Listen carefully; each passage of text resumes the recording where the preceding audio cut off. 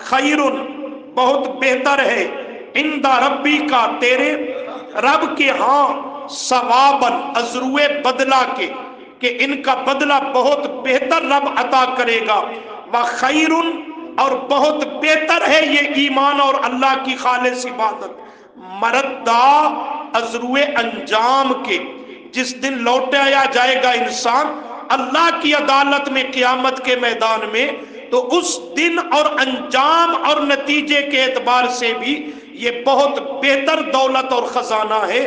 تو قرآن کریم کی یہ متعدد آیات ہمیں دعوت فکر دے رہی ہے، اپنے ماننے پڑھنے سننے والوں کی قرآن تربیت کر رہا ہے کہ دنیا اور اس کی نعمتیں اور رونقیں یہ فقط دنیا کی زیب و زینت اور نفع کی چیزیں ہیں، یہ آخرت میں کام آنے والی نہیں ہیں، اس لیے ان کو بھی بے شک حاصل کر، کما، ان کا بھی کسب کر، اللہ نے پابندی نہیں لگائی، لیکن بقدر ضرورت ان کے ساتھ رابطہ اور تعلق رکھ۔